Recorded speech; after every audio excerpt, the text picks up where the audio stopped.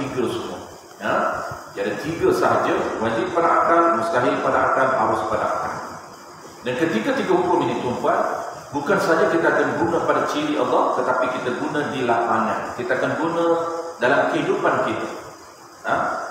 Apabila satu-satu isu berlaku, akal kita akan menggunakan. Kita akan decide. Oh, tak logik akal. Itu berhati-hati penggunaan. Karena terkadang bukan tak logik akal, itu mustahil adat saja. Itu luar biasa dari sudut adat saja. Bukan luar biasa dari sudut akal. Maka kita kena tahu. Untuk kita meletakkan sesuatu isu itu, sama ada luar biasa adat ataupun luar biasa akal, kita kena tahu dari sudut panduan syarak. Seperti perjalanan Isra dan Mi'raj. Isra daripada Mekah ke Madinah, tuan-puan, biasanya pergi sebulan pergi balik menggunakan tunggangan unta, pergi balik sebulan. Tetapi Nabi pergi dalam juz'un minal lail, Nabi pergi dalam sebahagian malam. Bermakna tuan-puan di sini isu yang kita mesti menggunakan panduan hukum, akal dan adab yang mesti tepat, kita mesti menyatakan bahawa luar biasa daripada adat kebiasaan. Jarang berlaku kebiasaannya orang pergi daripada bumi Mekah ke Palestin itu mengambil masa sebahagian malam sahaja, jarang. Tetapi Nabi boleh pergi. Nabi kembali balik sebelum subuh. Maknanya kita boleh buat kesimpulan di sini tuan-tuan, luar kebiasaan adat, tetapi dari segi akalnya harus, bukan luar biasa akal, ataupun kita panggil bukan tak logik akal. Dari segi akalnya adalah logik, harus berlaku. Mana logik itu? Boleh berlaku. Kenapa? Kerana subhanallazi. Kerana ini adalah urusan ataupun kerja Allah Subhanahu wa taala yang memperjalankan Nabi kita, bukan Nabi pergi secara adat.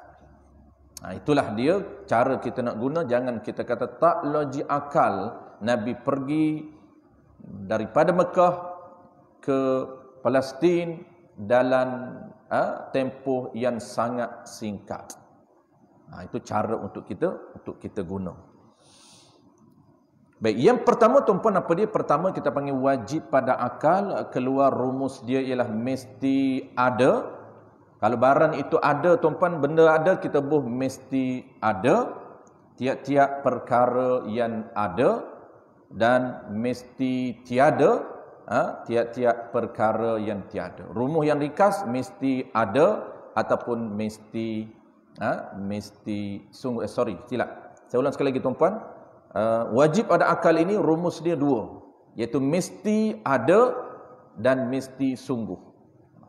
Silap, mesti tiada itu rumus yang kedua. Rumus pertama tuan-puan, wajib pada akal. Wajib pada akal ni tuan-puan, ini statement dia merujuk kepada bahasa lain ni adalah mesti ada. Dia sama je dua ni. Wajib pada akal, kita tak nak guna wajib pada akal, kita guna terus dia punya makna dia. Rumus dia ialah mesti ada. Kalau status benda itu ada, kita menggunakan rumus ini, mesti ada. Ataupun kita guna yang keduanya, mesti sungguh. Kenapa kita tak nak guna ada? Yang tepatnya, kalau biasa dalam kitab asas tuan-puan diguna satu saja, mesti ada. Ataupun diguna mesti sungguh. Ada kitab yang guna mesti ada, ada kitab yang guna mesti sungguh. Tapi kita nak rangkumkan kedua-dua. Sebab kita nak menggunakan yang tepat mengikut level sesuatu benda. Kita dah sebut sebelum daripada ini, sesuatu benda ini Allah jadikan level dia, ada level yang betul-betul ada level yang amrun i'tibar, yang statusnya bukan ada, bukan boleh dikesan dengan panca indera, tetapi boleh difahami dengan minda kita. Baik, satu rumus pertama, mesti ada dan mesti sungguh. Mesti ada itu refer kepada apa? Refer kepada perkara yang statusnya ada. Kalau mesti sungguh, refer kepada statusnya bukan ada, tetapi benda itu benda yang boleh difahami dengan akal, maka dia tak guna ada tapi dia guna sungguh. Contoh dah banyak kita bagi sebelum daripada ini. Kalau sungguh ini cantik, itu sungguh. Lapar itu sungguh. Kenyang itu sungguh. Panas itu sungguh. Tak kata ada panas hari ini. Tak ada. Bangla aja kata kalau ada panas. Banyak panas. Ada panas. Kita kata panas sungguh. Oh hari ni panas lain macam. Panas sungguh ni bahasa lama tuan-tuan. Gen Y ni dia tak guna dah bahasa ni. Dia akan berkembang. Bahasa ni anjal. Dia ikut period, dia ikut kondisi. Jadi setiap zaman dia berubah bahasa. Kan? Kita duk bincang ni bahasa dulu. Bahasa yang zaman era dulu. Dan bahasa ilmiah. Ini menjadi bahasa akademik dalam ilmu tauhid. Maknanya bahasa akademik dalam ilmu tauhid dia tak akan berubah. Dia tak akan berubah. Cuma kita nak faham aja. Lapar sungguh. Kenapa dia tak kata ada lapar? Kerana lapar itu bukan ada, hanya sungguh. Statusnya dipahami lapar itu. Bukan boleh naik tengok lapar. Sebab itu benda yang tak boleh dikesan dengan panca indera, benda yang tak boleh nampak dengan mata, tak boleh dengar dengan telinga, tak boleh sentuh, maka dia akan menggunakan perkataan sungguh. Anak Gen Y kata apa? Lapar gila. Panas gila. Dia tak kata sungguh dah. Cantik gila. Kita kata cantik sungguh. Dia tak boleh dah sungguh. Kalau akan datang tak tahu. Generasi cucu-cucu kita ni apa bahasa dia nak guna. Bahasa anak-anak kita sekarang ni macam-macam bahasa dia. Bapak pun ada. Apa Zali? Bapak. Anak-anak saya tu selalu saya tanya. Dia guna bapak gila. Saya kata apa yang bapak gila? Bapak engkau gila. Dia guna anak saya tu, saya marahlah. Dia kata bapak gila. Saya kata bapak engkau gila. Takkan baba gila dia panggil baba kat saya. Dia kata bukan. Saya suruh dia translate, dia tak boleh translate. Dia kata bukan ini bahasa muda. Maknanya mungkin dah gila juga kot kan. Bapak sedap. Mungkin dia nak kata sedap gila. Kan? Yang kita faham lah. Tak ada anak muda, tak boleh tanya kan. Zeli pun dah lepas dah zaman remaja. Baik, settle rumus yang pertama tuan-tuan. Rumus yang kedua, dia ada 3 rumus saja. Pertama, wajib pada akal refer kepada wajib mesti ada. Kalau benda tu ada, kita buat mesti ada. Kalau mesti sungguh, maka status dia kita akan buat mesti sungguh. Kalau 13 ciri tuan-tuan, saya ulang selalu, 13 ciri ni ataupun 20 ciri, penggunaan ini kita akan guna bila? Kalau 7 ciri yang ada pada Allah, status ada, kita akan guna mesti ada. Qudrah, iradah, sampai kalam 7. Qudrah, iradah, sama, basar, hayat, kalam itu 7 ini dia statusnya ciri Allah Taala 7 ini memang ada di diri dia. Boleh nampak. Apabila kita melihat di syurga nanti Allah buka kasyaf, maka mata kita boleh melihat qudrah yang ada pada diri dia. Iradah yang ada pada diri Allah. Hayat yang ada pada diri Allah. Sama yang ada pada diri Allah. Penglihat yang ada pada diri Allah. Pendengar yang ada pada diri Allah. Perkata yang ada pada diri Allah. Bukan lidah. Allah tak ada lidah. Kita boleh lihat. Kenapa? Kerana statusnya ada. Tetapi wujud plus dengan 5 kita akan study satu-satu. Wujud, kidan, baqa. Wujud campur dengan salbiah 5 ni, 5 campur 1, 6 ini. 6 ini benda amrun iktibar. Tak nampak pada diri Allah. Tapi kita faham Allah berstatus tak ada mula. Tidak ada mula bagi adanya diri Allah. Kita boleh faham. Tapi nak nampak, tidak akan nampak. Kerana benda tu bukan boleh trace. Tidak ada mula pada diri Allah Ta'ala. Kita ni pun tuan-puan, ada mula ni pun tak boleh trace. Allah Ta'ala tidak ada permulaan bagi adanya diri dia. Kalau kita tuan-puan ada mula bagi adanya diri tuan-puan. Bila mula? 50 tahun yang lampau. Baik, nampak tak? Nampak tak diri, ciri yang kita ni, ciri tua, ciri muda, ciri sederhana, tak tua, tak muda. Kenapa kita panggil ciri kita tua, ciri kita muda? Dia nisbah kepada umur kita bila mula. Baik, nampak tak kita? Nampak diri kita, fizikal kita. Saya kata kita kata saya nampak ustaz ni berciri tua lah. Ustaz ni dah tua. Saya kata kenapa tahu? Saya tengok ciri-ciri ada pada muka, nampak muka tua dah. Itu muka. Yang kita nampak itu muka. Tapi tua kita tak nampak. Hanya kesan je kita nampak. Mukanya bercirikan sekian-sekian, kulitnya dah tak anjal. Jangan tanya glowing, anjal pun dah. Dah tua dah. Kenapa? Dia kata tua. Nampak dah tua? Tak nampak. Kita ni pun tuan-tuan, ciri kita yang ada mula, yang kita panggil tua, yang kita panggil muda, pun tak nampak tengok. hanya dipaham saja tua muda ini, apatah lagi yang tidak ada mula. Maknanya tuan-tuan, di akhirat kalau kita tak boleh melihat diri Allah ini bercirikan qidam, baqa, mukhalafatu ta'ala lil hawadith, qiyamuhu binafsih. Tidak boleh lihat. Itulah kita akan guna tuan-tuan, rumus ini kita akan guna akan datang. Yang kedua tuan-tuan, rumus yang keduanya ialah mustahil. Mustahil ni dia keluar sama tuan-tuan, iaitu mesti. Kena ada mesti. Sebab apa mesti berada di depan? Kerana mesti itu adalah keputusan akal yang kita buat. Mesti. Mesti itulah dia punya decide kita. Keputusan. Mesti. Mesti apa? Mustahil ini mesti tiada. Mesti tiada. Itu bahasa standard. Kalau ada yang ikut slang, dia kata mesti tak dak. Mesti dak. Sama je tuan-puan. Kalau kita ikut tuan-puan, standardnya ialah mesti tiada.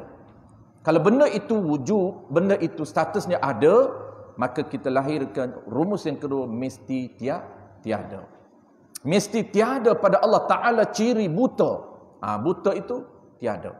Maka kita kena bubuh. Ataupun kita kena decide, hukumkan dengan minda, dengan akal kita. Mesti tiada pada Allah Ta'ala ciri buta yang ada pada Allah. Yang tiada pada Allah. Maka kita pun mesti tiada. Ataupun mesti tak ada, ataupun mesti dok. Ada setengah tu dia guna dok saja. Paling ringkas. Bukan tak ada tapi dok. Kita ni tiada. Satu lagi tuan-puan, dia ada dua kan? Mesti tak sungguh. Baik, kalau benda itu benda yang hanya boleh dipahami dengan akal, tak sungguh. Ataupun setengah selain dia panggil dok lah. Lapar ke dok? Dok. Dok apa? Dok lapar. Kenapa? Tak sungguh lapar. Dia nak tanya lapar sungguh ke tak? Dia nak confirm sungguh ke tidak lapar. Maka dia akan jawab ya ataupun dok. Baik, dan last kali tuan-tuan, rumus yang ketiga dia panggil harus pada akal. Harus pada akal. Maka keluar rumus harus ni tuan-tuan. Harus ni dia simple. Sebab apa? Sebab kita faham satu wujud mesti ada. Ataupun mesti sungguh, dia terima ada. Mesti ada. Mesti sungguh. Kalau mustahil, mesti tiada. Mesti tak sungguh. Maka harus ini dia berada di tengah-tengah. Imban. Macam mana? Dia tak ada mesti. Dia hanya menggunakan bahasa boleh atau harus. Boleh ada dan boleh tiada. Boleh sungguh dan boleh tak sungguh. Dia menerima kedua-dua. Antara ada dan tiada, antara sungguh dan tak sungguh. Maka lahirnya rumus boleh, dia bukan mesti. Boleh ada ataupun boleh tiada, boleh sungguh ataupun boleh tak sungguh. Dia boleh di antara dua-dua. Contoh tuan-tuan, banyak kita beri contoh sebelum daripada ni. Status kita sebelum Allah buat. Sebelum Allah jadikan roh kita, maka roh kita ni status dia, Allah Ta'ala buat roh dulu tuan-tuan, sebelum jasad. Proses kejadian kita ni tuan-tuan, step yang pertama Allah jadikan seluruh roh ini, ada pandangan mengatakan serentak. Roh semua ni serentak dia jadikan. Bukan dia jadi roh kita dulu, kamu dia roh tuan, roh tuan-puan, tidak. Ada pandangan mengatakan roh ini Allah jadikan serentak. Sebab itulah kita bertemu dalam Al-Quran, Allah kumpulkan roh-roh semua. Apabila Allah jadikan, Allah cipta roh, kemudian dia tanya, alastu bi rabbikum? Qalu bala. Allah tanya roh ini, adakah dia kenal siapa Tuhan? Maka semua roh menjawab, bala, ya, aku kenal Tuhan. Maknanya roh, kesemua roh dia mengenal Tuhan. Tapi apabila dia masuk dalam jasad, waktu tu dia dah lupa diri, dia tak kenal lagi Tuhan. Jasad ini yang Allah buat ikut dia punya giliran. Kita dulu lahir, bapa kita dulu lahir, baru kita, baru anak kita, baru cucu kita, baru cicit kita. Itu jasad kita. Jadi sebelum dia cipta roh tuan-tuan, status kita di sisi akal bukan wajib, bukan mustahil, tetapi harus. Apa makna harus? Boleh untuk Allah ada, untuk Allah cipta, dan boleh juga akal terima untuk tiada cipta. Tidak menjadi wajib mesti pada akal kita untuk Allah cipta kita, tidak. Harus sahaja kita ini sebelum Allah cipta kita, di sisi akal kita menghukumkan harus, boleh untuk Allah cipta dan boleh juga untuk Allah tiada. Maksud tiada ni, tiada mencipta roh kita. Tetapi apabila Allah pilih untuk cipta dan dia cipta kita, ketika itu bertukar hukum akal jadi mesti. Kenapa? Kerana Allah dah cipta. Orang panggil mesti ada kita. Settle tuan-puan. Baik, terus kepada penutup. Qala al-musannif rahimahullahu subhanahu wa ta'ala. Dan nyata pula daripada huraian hukum akal itu. Nyata pula bahawa daripada huraian hukum akal itu, hukum akal ada 3 rumus itu. Apa yang nyata pada kita? Bahawasanya mengetahui hukum akal itu satu tangga bagi mengenal akidah.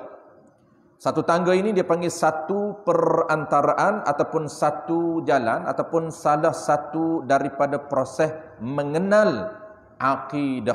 Yang ini mengenal akidah ini merujuk kepada pegangan terhadap ketuhanan. Akidah.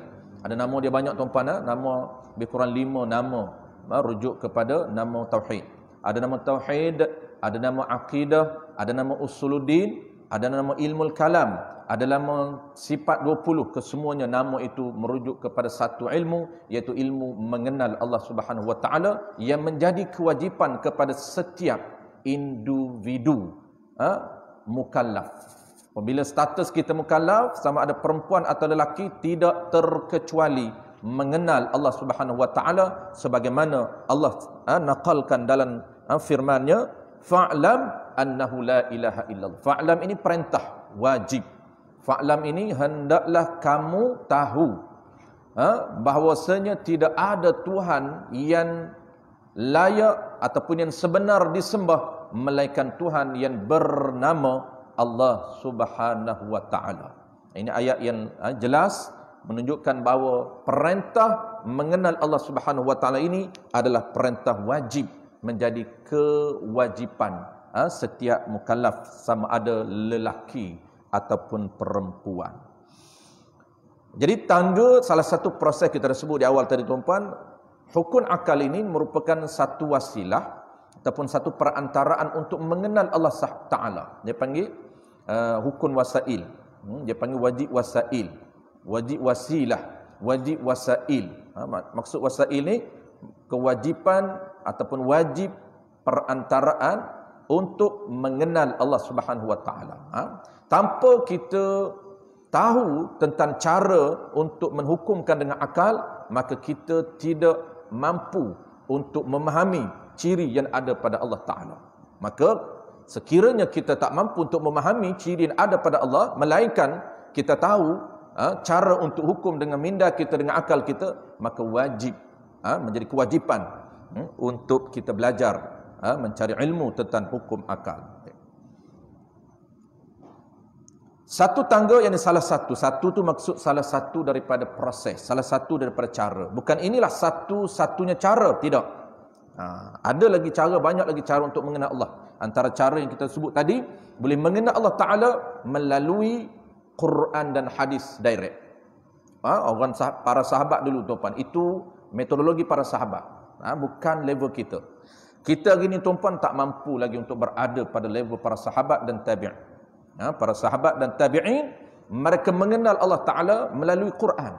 Apabila turun Quran, Qul huwallahu ahad, mereka beriman dengan ciri yang ada pada Allah Ta'ala di dalam surah Al-Ikhlas. Ada banyak tuan-puan ciri dalam surah Al-Ikhlas itu.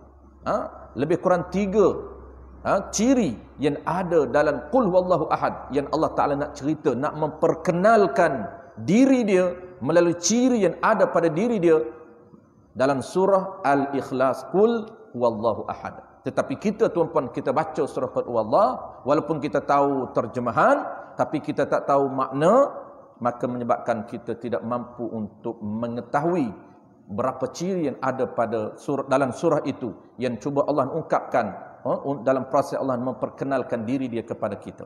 Sebab itulah kita tuan-puan, metodologi kita bukan mengenal Tuhan direct melalui Quran dan hadis, tetapi kita metodologi kita belajar melalui ciri yang ada pada diri Allah Subhanahu wa taala yang dimodulkan oleh Al-Imam Abu Hasan Asy'ari rahimahullah subhanahu wa taala.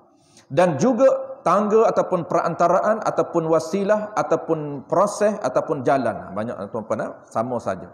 Salah satu wasilah, salah satu perantaraan ataupun salah satu jalan ataupun salah satu proses mengenal akidah dan teguh akidahnya. Teguh dengan mana mantap akidahnya, pegangannya. Akidah ni tuan-tuan selalu saya sebut makna dia, akidah dengan iman sama, nisbah je beza. Kalau kita kata akidah ini apa dia? Pegangan. Dia plural dia aqaid. Kalau aqdum itu singular dengan makna satu pegangan, satu simpulan. Kalau akidah tu pegangan, aqaid beberapa pegangan. Maksud apa tuan-tuan beberapa pegangan? Maksud dia ada beberapa ciri yang kita kena pegang. Pegang di mana? Pegangan di hati kita. Baik, nak pegang di hati kita tuan-tuan, mesti kita tahu, mesti kita kenal, mesti kita faham. Tanpa kita faham, kita tak mampu nak pegang di hati kita. Aqaidul iman, beberapa pegangan. Pegangan apa dia? Tentang ciri yang ada pada Allah Ta'ala. Kalau kita tak faham, mana mungkin kita nak pegang di hati kita. Melainkan kita pegang dengan cara yang tidak bertepatan dengan yang sebenar. Mungkin kita pegang juga, tapi pegangan itu tidak betul dengan maklumat ataupun ilmu yang sebenar. Maka tidak dinamakan orang yang ada pegangan yang sahih, ada akidah yang sahih. Sebab itulah kita nak perbetulkan pemahaman kita berkaitan dengan konsep ketuhanan, mesti kita kena ada info yang tepat, maklumat yang tepat, yang disusun, yang dimodulkan oleh ulama kita dalam mazhab kita. Kalau kita bertukar mazhab pun bahaya tu bertukar mazhab. Kita ni channel kita Ahlussunnah wal Jamaah. Kalau kita tersilap, kita akan ambil cara lain. Dia ada dua cara yang popular. Syiah tuan-puan, siapa pun tahu Syiah. Syiah ni tuan-puan, konsep akidah Syiah, the majority kita tahu bahaya Syiah. Tetapi yang hampir-hampirnya ialah ada kaum yang dinamakan kaum muda. Tuan-tuan baca sejarah dulu, kaum muda, kaum tua tu kan. Itu real, memang ada. Di tanah Melayu kita, kemunculan kaum muda, antara tokoh-tokoh yang bawa kaum muda, siapa kita tahu, seperti Burhanuddin Al-Helmi, pembaca sejarah Melayu. Kaum tuanya, tokoh-tokoh kaum tua, jadi kaum muda pertama. Yang keduanya, yang popular sekarang ini ialah Wahabi. Wahabi ni tuan-tuan, apa beza dengan kita? Walaupun Wahabi dia kata dia claim, dia juga Ahlussunnah wal Jamaah. Tak apa, jangan kira claim tuan. Kita tak kira claim. Semua orang mendakwa Ahlussunnah. Macam orang jual produk lah. Semua dakwa produk dia bagus, walaupun produk klon. Contohlah tuan-tuan, saya bukan nak hilang. Contoh. Tuan-tuan kenal Radik kan? Tak kenal Radik. Radik kenal, saya bukan nak hilang. Radik Haji, founder dia Haji Ismail kan? Tuan Haji Ismail.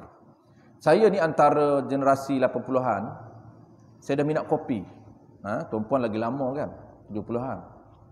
Tahun 90-an tu kan Radik muncul. Jadi, saya minum Radik. Kita tak sangka, kita ingat Radik tu memang satu je. Rupanya tuan-puan, Radik ni dah lama dah Radik klon ataupun Radik palsu. Tapi adakah dia dakwa Radik? Ya, bukan sakat dakwa ataupun sebiji. Tulisan pun alamat kilan. Yang hairannya nombor telefon pun kilat. Tapi rasa berbeza. Rasa kalau orang yang biasa minat, orang yang orang panggil customer tega ni, peminat tega ni, dia boleh beza. Tapi dakwa asli. Bukan dakwa Radik saja, di belakang tu dia buat asli. Sebab itulah tuan-tuan, jangan kira dakwaan, tapi kira yang real. Kalau kita tahu metodologi, tuan-tuan boleh kenal yang mana asli Ahlussunnah, yang mana bukan Ahlussunnah. Kalau metodologi mengenal Tuhan melalui tauhid 3 serangkai yang diasaskan oleh tokoh besar Wahabi yang bernama Ibn Taymiyah, itu tokoh yang pertama yang menyusun ialah murid dia, iaitu Syekh Abdul Wahab. 3 serangkai yaitu akidah uluhiyah, apa lagi? Rububiyah, asma wa sifat. 3. Rububiyah, tauhid rububiyah, tauhid uluhiyah, tauhid asma wa sifat. Asma wa sifat tu iaitu merujuk kepada ciri dan nama Tuhan. Kita pun ada ciri dan nama Tuhan. Rububiyah, kita pun ada. Uluhiyah, kita pun ada. Kalau ahli sunnah wal jamaah tuan-tuan, konsep ini, 3 ini, dia berada dalam konsep yang sama, iaitu ciri. Kerana ada ciri yang refer kepada uluhiyah, ada ciri yang refer kepada rububiyah, ada ciri yang refer kepada asma, nama. Nama itu nama ciri, nama itu nama perbuatan. Tuan-tuan jangan terkeliru. Dia tak sama. Walaupun kata sama saja, belajar sifat 20 pun sama, belajar tauhid 3 serangkai pun sama, jangan pening-pening, sama saja. Yang penting belajar tauhid. Ini cara marketing diorang. Baik, settle tuan-tuan. Nama dia akidah, pegangan. Yang paling penting tuan-tuan, kita kena tahu pegangan itu benda yang kita nak pegang. Benda yang kita nak pegang. Kalau iman sama, imannya apa dia? Nisbah. Kalau akidah pegangan, kalau iman ini ialah kepercayaan. Mesti ada benda yang kita percaya dalam hati kita. Kalau kita kata iman kepada Allah, an yu'minu billahi wa malaikatihi wa kutubihi wa rusulih. Itulah dia beriman kepada Allah, beriman kepada malaikat, beriman kepada kitab, beriman kepada rasul. Apa dia iman? Iman ini merujuk kepada benda yang kita percaya. Ataupun merujuk kepada apa? Merujuk kepada ciri-ciri yang kita percaya, yang tepat dengan ilmu yang sebenar di sisi ahli sunnah wal jamaah. Kesimpulan iman itu tuan-tuan, kepercayaan merujuk kepada ciri yang kita percaya berkaitan dengan ciri ketuhanan yang ada pada diri Tuhan. Itu dia panggil iman. Dan kerana akidah itu pengakuan, dia dah sebut tuan-tuan, ini akidah. Apa dia akidah? Kerana akidah itu pengakuan di dalam hati seseorang. Pengakuan di dalam hati seseorang, benda yang dia mengaku, iqrar. Ada banyak makna akidah yang kita sebut tadi pegangan, tetapi dia di sini dia disebut dengan makna pengakuan. Benda yang dia mengaku di dalam hati dia, mesti ada benda. Benda itu rujuk kepada ciri. Ciri itu pula mesti tepat dengan ciri-ciri yang disusun di dalam modul ahli sunnah wal jamaah. Sebab itulah kita mesti terlibat secara langsung, bukan tak langsung. Kalau tak langsung itu melalui bahan bacaan, mulai dengar-dengar saja, itu tak lengkap kepahaman kita berkaitan dengan Tuhan. Kerana akidah itu pengakuan dalam hati seseorang, maka tidak dapat pengakuan itu, tidak dapat memahami, tidak dapat mengaku, melainkan dengan mengerti, dengan memahami hukum-hukum akal yang 3 itu. Dan orang yang tidak mengerti, yakni orang tidak memahami hukum-hukum akal tersebut, terkadang orang itu tidak ada akidah sedikit pun. Ini penting.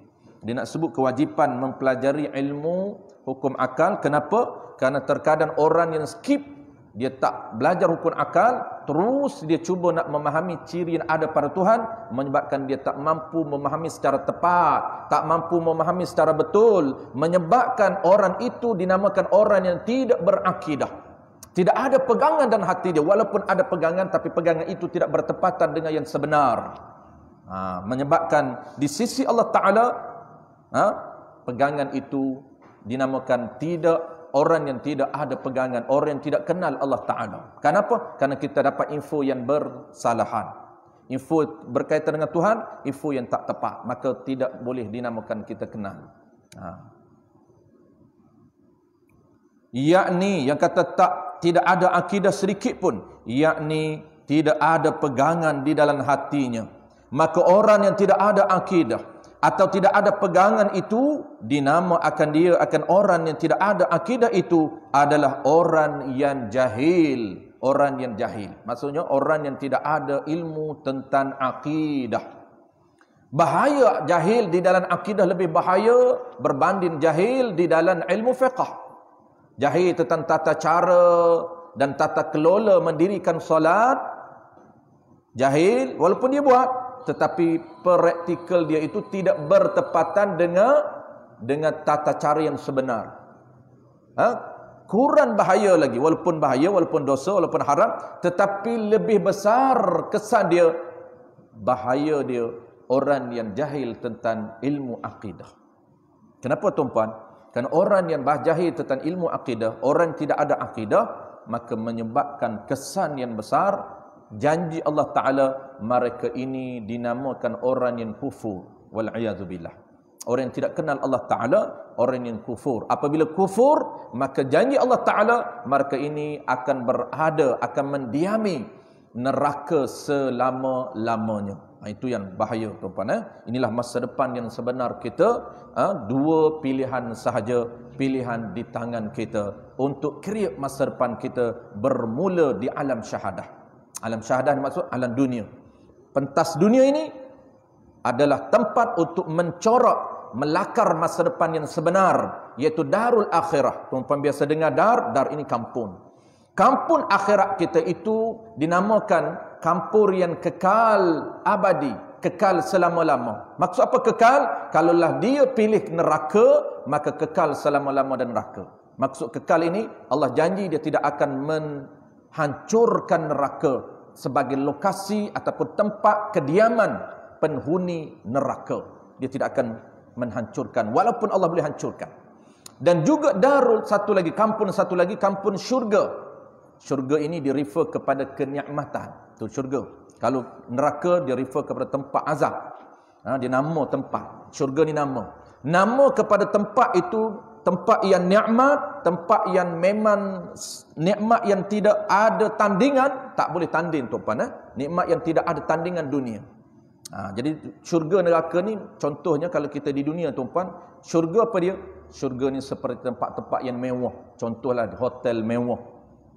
Hotel mewah contoh. Tempat mewah itu dipanggil syurga.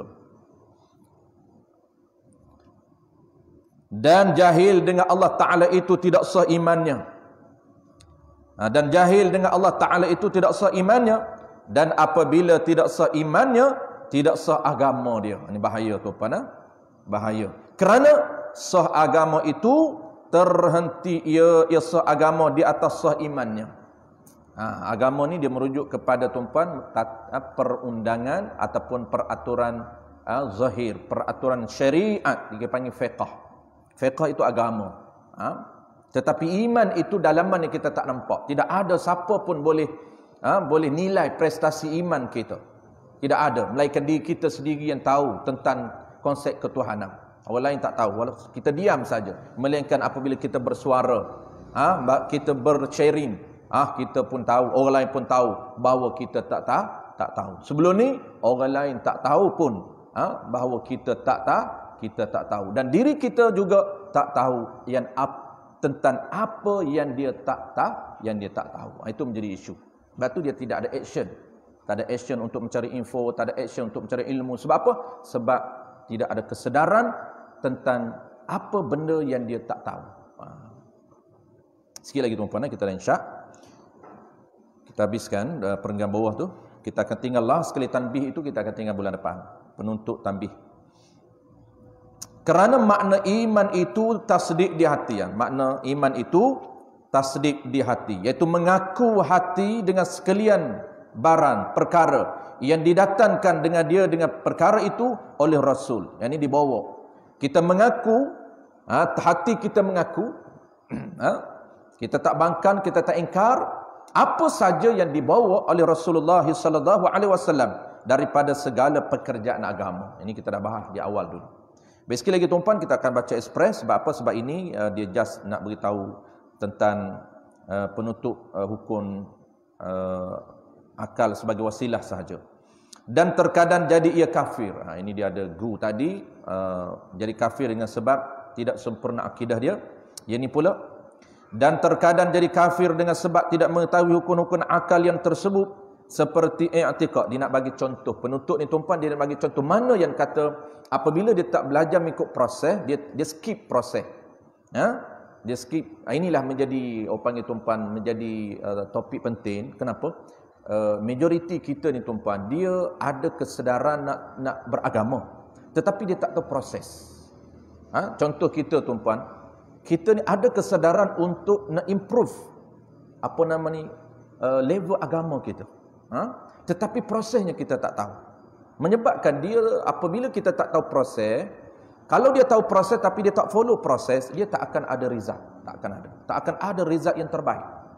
Dia punya prestasi akidah dia tu pun sama di antara 10 tahun lepas. Sedangkan kesedaran untuk improve level agama dia ni dah 10 tahun yang lalu. Dia solat ini, dia jaga solat, dia jaga tahajud, dia jaga duha 10 tahun yang lepas. Tetapi prestasi dia, prestasi solat dia tidak ada anjakan, tidak ada peningkatan, sama sebab dia tak ikut proses. Dia tak tahu proses untuk tingkatkan kualiti solat, apa proses yang perlu ataupun mesti dia follow, dia tak tahu. Apabila dia rasa dia nak hijrah, nak anjakkan diri dia ini, just dia anjak dari segi praktikal. Dulunya solat jarang-jarang, ataupun dulunya solat di akhir waktu, dia mula solat di awal waktu. Dulunya tak pernah buat duha, tak pernah dia buat duha. Sekarang ni dia dah belajar buat duha. Dulunya tak pernah bangkit malam, sekarang dah belajar bangkit malam. Bagus tak tuan-puan? Bagus dari segi praktikal, tetapi tak bagus dari segi nilai.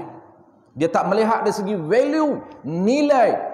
Allah Ta'ala melihat dari segi nilai, bukan melihat dari segi angka banyak, bukan. Ini penting tuan-puan, mesti ada proses. Proses kita nak naik ataupun nak improve level kepahaman kita terhadap ketuhanan, mesti kita cari info berkaitan dengan Tuhan. Nak cari info apa? Info tentang ciri. Apa proses dia? Proses pertamanya belajar. Belajar itu pula mesti yang keduanya modul. Modul itu pula banyak modul. Pilihlah modul Ahlussunnah wal Jamaah bermula dengan peringkat bawah. Apabila kita pilih modul tuan-puan, di dalam modul itu akan ada proses yang tidak akan kita skip. Contoh tuan-puan pilih modul Misbahul Munir. Kita tak akan skip proses untuk kenal Tuhan. Dia bermula dengan asasnya ialah hukun akal. Kenapa? Kerana hukun akal salah satu daripada proses untuk mengenal Allah Subhanahu wa taala. Baik, settle. Contoh apa dia tuan-puan? Kita nak azan. Ada orang yang pegang dalam hati dia bahawasanya Tuhan itu putih warna dia. Umpamanya, contoh putih. Kerana orang yang i'tiqad Tuhan putih itu ialah orang yang menyerupai Tuhan. Menyerupakan Tuhan dengan makhluk. Apabila dia menyerupakan Tuhan dengan makhluk, bermakna ternafi satu ciri yang ada pada Allah Ta'ala yang bernama mukhalafatuhu ta'ala lil hawadith. Yang Allah Ta'ala kata laisa kamitslihi syai'. Yang Allah sebut walam yakul lahu kufuwan ahad. Ada orang yang berpegang dalam hati dia, beranggapan dalam minda dia menyatakan Tuhan ini akan turun 1/3 malam seperti, dia kata seperti putih seperti kapas. Batulah bangkitlah tahajud tengah malam. Siapa yang hebat di sisi Allah Ta'ala, dia akan perasan bahawa Allah akan turun. Tempat dia solat. Ini bahaya tuan-puan. Inilah tempat-tempat yang bahaya, yang ternafi akidah dia. Menyerupakan Tuhan itu akan sesuatu daripada makhluk ini, maka iaitu mustahil atas Allah Ta'ala, yakni tentu tidak, yakni mesti tidak Allah Ta'ala itu bersifat dengan sifat menyerupai makhluk. Dan orang yang i'tiqad menyerupai Allah Ta'ala dengan segala yang baru itu makhluk, segala yang baru itu jadi kafir ia, maka dihukumkan kafir orang yang berpegang dalam hati dia menyatakan Allah Ta'ala bercirikan putih, kerana putih itu adalah ciri makhluk dan Allah Ta'ala tidak sama dengan makhluk, maka akan ternafilah akidah dia. Kalau begitu, tahulah kita bahawa belajar hukum akal itu adalah wajib syar'i pula. Wallahu a'lam. InsyaAllah bulan depan kita akan masuk modul utama, iaitu huraian yang kelima, pada menyatakan ilmu usuluddin, mula akan masuk di belakang itu dia akan mula masuk ciri pertama. Sebelum dia masuk ciri pertama itu, dia akan intro dulu sebelum masuk ciri yang pertama, wujudun. Jadi dia ada intro. Tanbih itu kita akan baca bulan depan tuan. Tanbih itu dia kesimpulan wajib ada 4. Bismillahirrahmanirrahim. Alhamdulillahirabbil alamin. Wassalatu wassalamu ala asyrafil anbiya'i wal mursalin wa ala alihi wa ashabihi ajma'in. Allahumma faqihna fid din wa 'allimna ta'wil waj'alna minal ulama'il 'amilin waj'alna minal mukhlisin wa sallallahu ala sayyidina Muhammadin wa ala alihi wa baraka wa sallam. Walhamdulillahi rabbil alamin.